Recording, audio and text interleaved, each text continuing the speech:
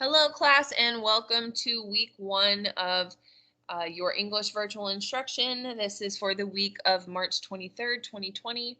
Hopefully you've already watched my introduction video and are confident in accessing and using the online platform Teams moving forward. If you have not watched that introductory video, go ahead and go back onto the announcements or general channel and please watch that video. It will be super helpful for you. This video is going to solely focus on how to complete the activities and lesson using the online materials and PowerPoint for week 1. Today's lesson will cover standard 1.2, determining central idea. I know we've been working with this standard all year, but I wanted to use something relatively simple to start you off for the first week. Keep this standard in mind as you read through the text. These are the tasks for the week. This is just an overview of what will be completing this week. Remember that the first thing that you should do each week is to go in and respond to the attendance question. If you have not done that, go ahead and do that. It is on your Teams page. Task 2 is your weekly Achieve article. The article will open on Monday and close on Friday, so I recommend that you do this article first and get it over with.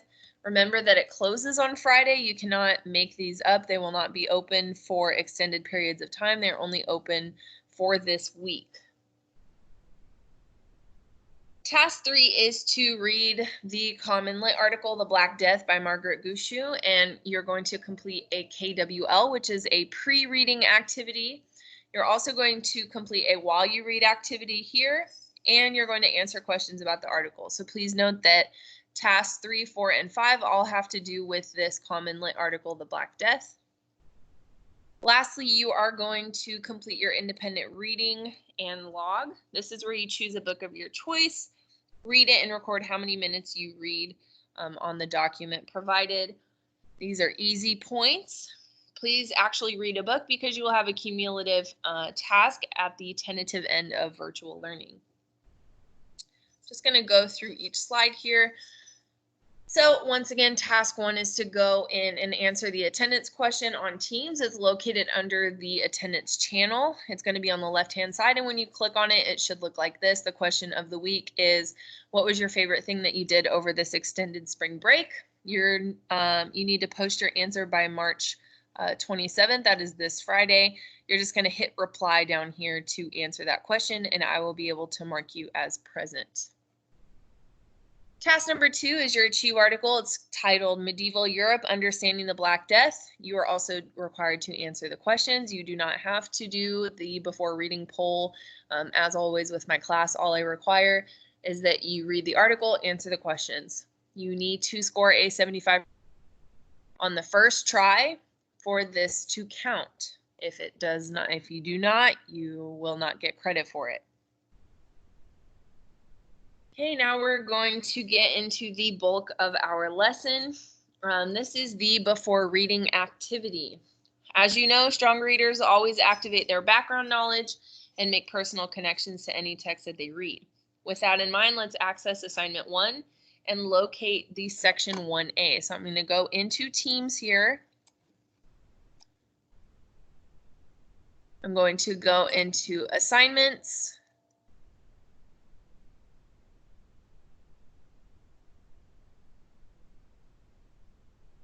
And I'm going to click on this one here. It says week 1 assignments ELA 9. I will click on that.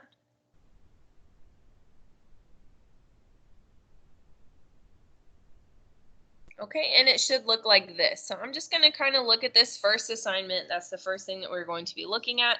Please just follow along as I read the directions for this activity. This is assignment 1A, pre-reading activity. Before you read, fill out the K and W sections of the chart below. After you read, you're going to fill out the L section. All you're going to worry about right now is this section and this section. What I know about the Black Death, what I want to know about Black Death. Take about 10 minutes to think through and complete the activity before you jump into the text with me. When you are done, join me back in the PowerPoint slideshow. You should pause here. So go ahead and fill this out and fill this out here. Go ahead and pause.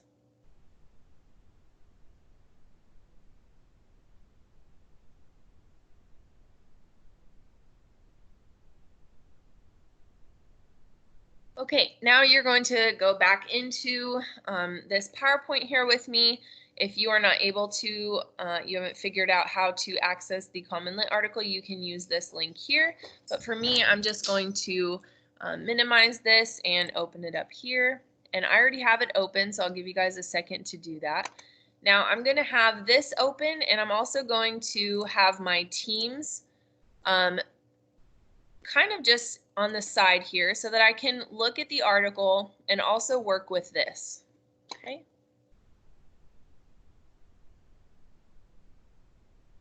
So I know that I need to skip this part for now because this is going to be after I read the article. So leave this part blank. You should have some stuff filled out in here, and you should have some stuff filled out in here.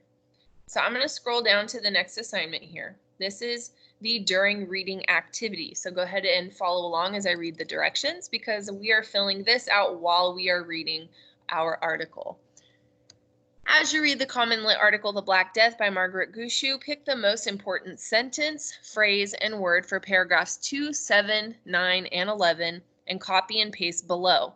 Then, in your own words, state the author's central idea of the text as a whole. So if I just look at this activity here, I know that this is all I'm doing. It's paragraph 2, 7, 9, and 11. I'm going to pick out for each paragraph the most important sentence, most important phrase, and most important word. And then I'm going to go down here and I'm going to determine what the author's central idea is. Okay, so I'm going to look at my text here. And I'm just going to see, okay, well, I know that there are some numbers over here, so those must be my paragraphs. So I have paragraph 1, 2, 3, 4, 5, 6, and so on. Now this is called The Black Death by Margaret Gushue. So I'm going to read aloud. I want you to follow along, okay? After each paragraph that it asked me to, I'm going to stop. And I'm going to pick out the most important sentence, most important phrase, most important word. This is The Black Death. There was no one who wept for any death, for all awaited death. Agnolo di Tura, Siena, 1348. It was a fateful day in October 1347 when a fleet of ships docked in Sicily, a large island just off the southern coast of Italy. Their arrival would change the course of European history. They carried traders who had arrived from the port city of Kaffa in the Crimea. The people who gathered on the docks to receive the ship had no idea at the time that just by being there, they were signing their own death warrants. Okay, now I know that this is paragraph 2, so I'm going to return back to my graphic organizer. I'm going to pick out first the most important sentence. And I think the most important sentence here is going to be this one here, their arrival in European history. I think that's a pretty important sentence. I'm going to highlight it. As so, I'm going to right-click, press copy.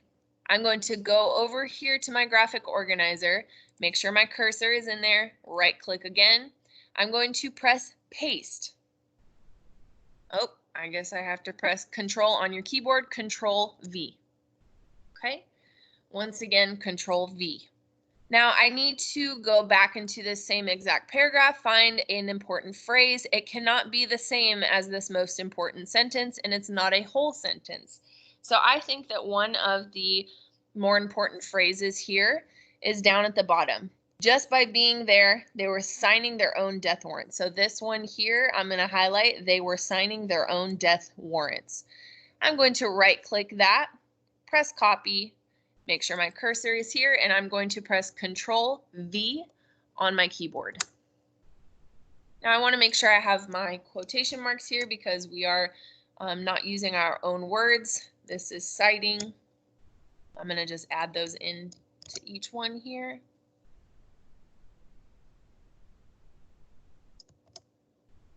Lastly, I need to find the most important word for this paragraph. Now, I really think that this word fateful is pretty important. Fateful is kind of suggesting that they had no say in the matter, that it was just, it is what it is. It was fateful. Okay, I'm going to highlight that once again, go back here into my text box, and I'm going to press Control V. Okay, make sure we put those quotation marks. Now, I just did paragraph 2 for you. You are more than welcome to use these items here in your own response, that's totally fine. But you are to do paragraphs 7, 9, and 11 on your own. But I will continue reading with you. We are on paragraph 3. When the cabin opened, they were shocked to find the ship rampant with disease. Now, if you look at these little numbers on Common Lit, you can click on them, and they give you a definition. So rampant means spreading. Okay.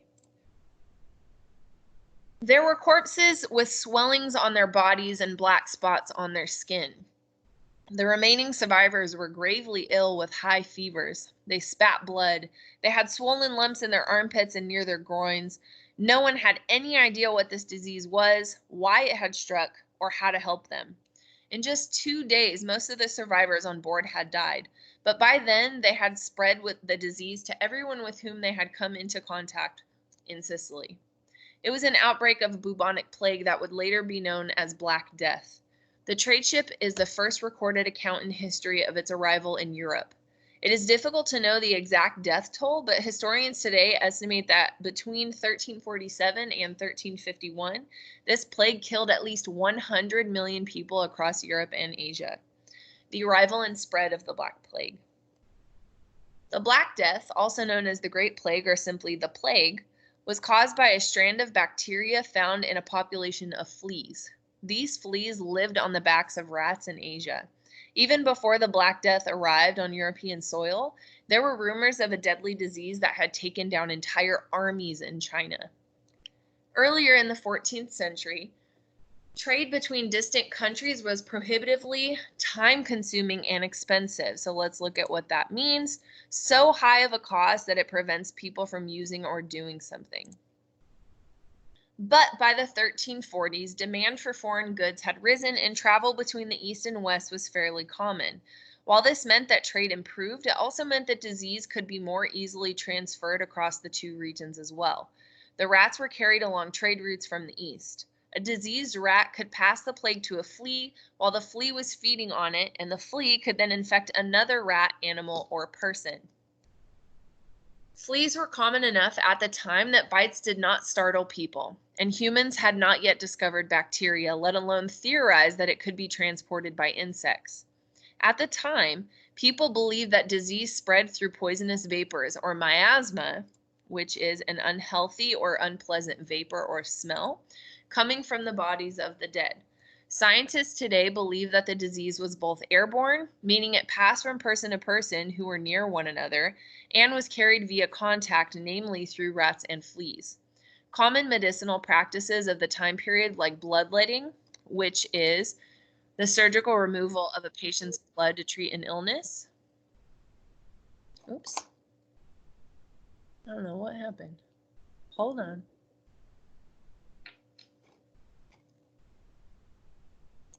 Sorry, guys. Okay, here we go. Where was I? Would also have contributed to the spread of the disease. For example, high standards of hygiene were not practiced. Physicians didn't even wash their hands. Symptoms and devastation. Oh, forgive me. That is paragraph 7. I got distracted when my thing shut down there. This is paragraph 7. So I want you to go ahead and pause this video, go through this thing here. I want you to pick out the most important sentence, most important phrase, not the whole sentence, and the most important word. Pause the video now. Symptoms and devastation. The Black Death was an epidemic unlike any before it. Seemingly healthy people would be struck with the illness and die in as little as 3 days. Those who contracted the disease became very ill and suffered from high fevers. Tumors would grow on the armpits and in the groin areas. This would be followed by vomiting blood as the lungs became infected. People were unable to sleep because of the pain and were often unable to keep food down.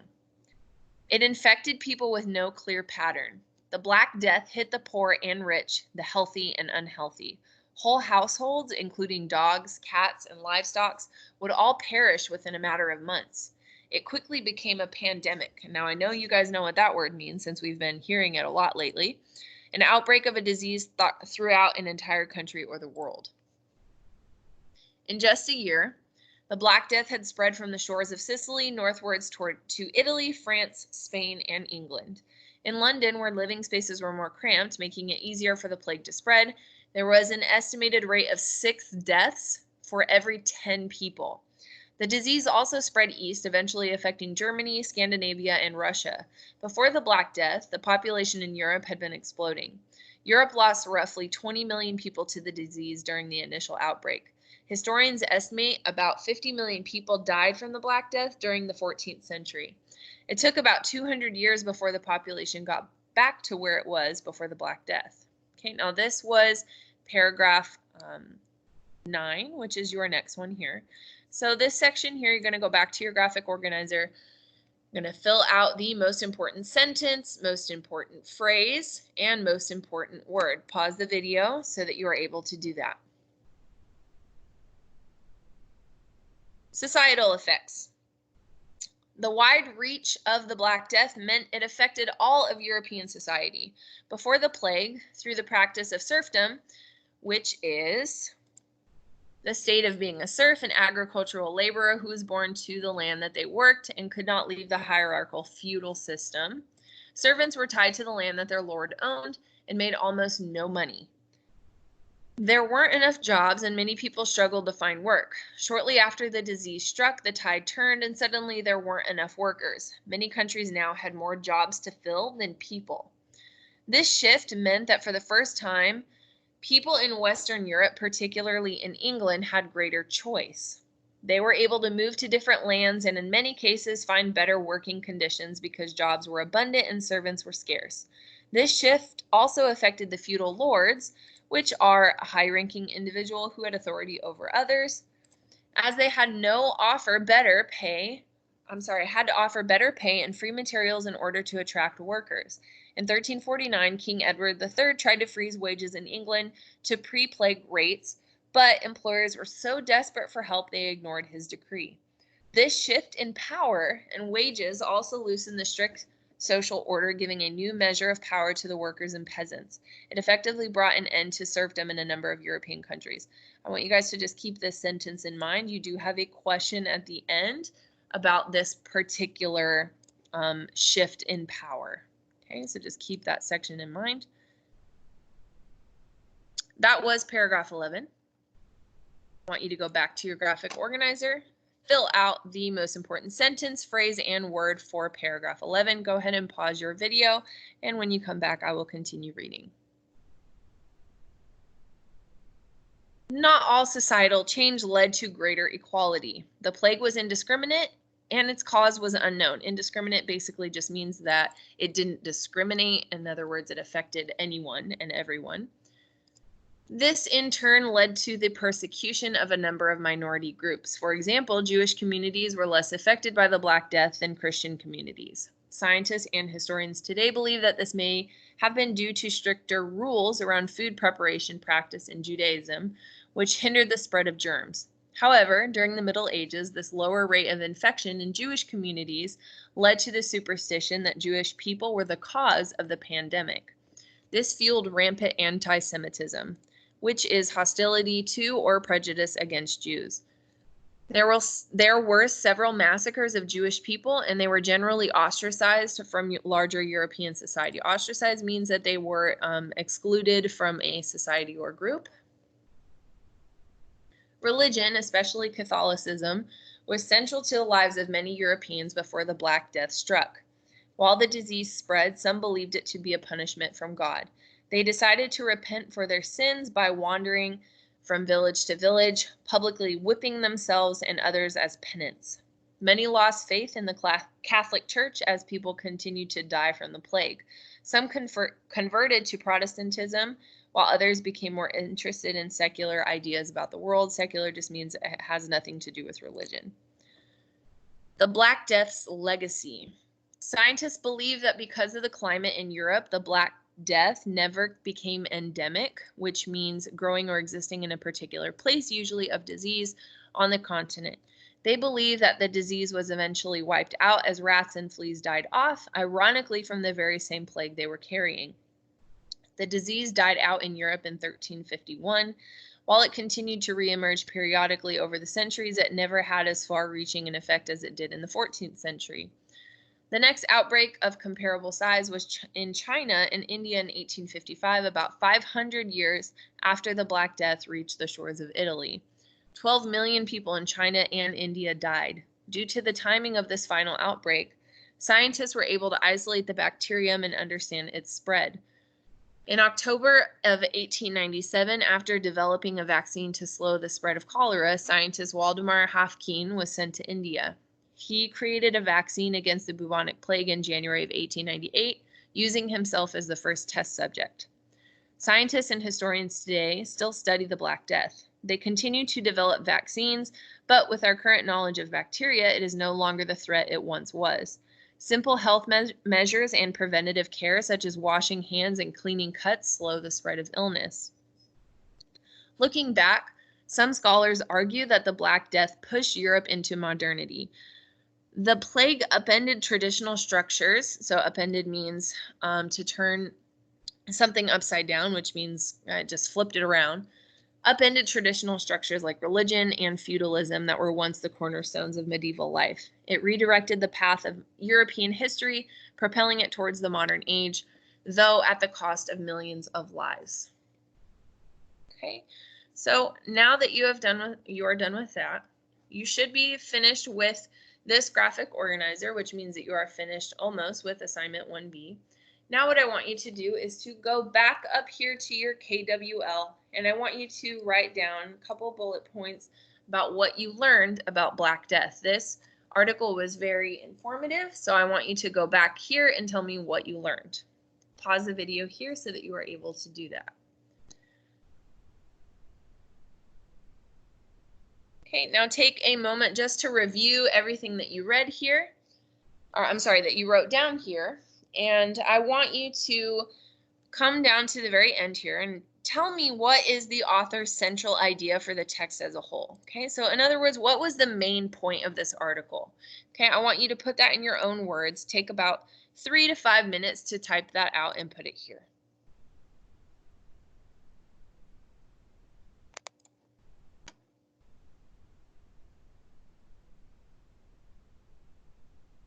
Okay, so we have gone through this article. We have completed assignment 1B as long as you finish the graphic organizer and that central idea. You have also finished this assignment 1A, which is your KWL.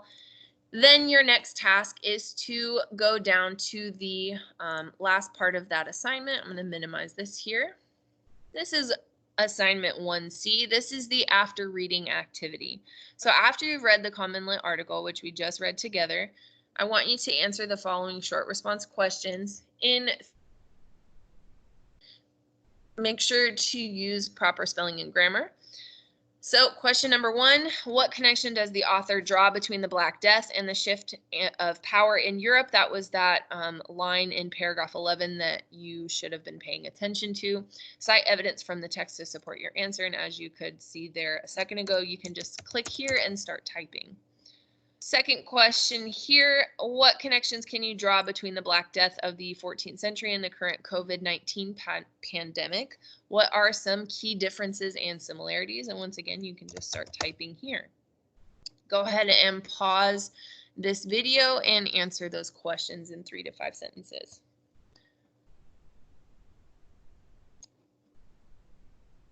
Okay, the last thing here, last task, assignment for the week is to log your reading. So on the days that you do not complete an Achieve article, which is going to be essentially Tuesday, Wednesday, Thursday, Friday, you should have your Achieve article done on Monday.